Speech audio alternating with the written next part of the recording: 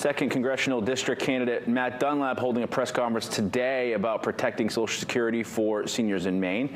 The Democratic nominee says members of the Republican Party are pushing for 22% cuts to Social Security benefits. He says Republican candidate Paul LePage would vote with those lawmakers, citing his previous record on the subject. He says LePage vetoed Medicare expansion 6 times as governor and called Social Security benefits welfare. So many people who work very, very hard don't have the advantage of any type of defined retirement plan or a payroll retirement plan. They depend entirely on Social Security, and I think we can treat them better than they're being treated now, and I'm very committed to doing that when I'm in Congress. Dunlap says he will also fight to make housing in Maine more affordable for seniors.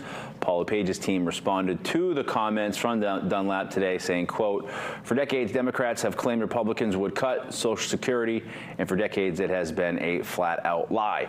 Paul LePage himself is on Social Security. Paul has always protected Social Security and Medicare and helped cut taxes on senior citizen pensions." Matt Dunlap only leans on lies to support his weak campaign.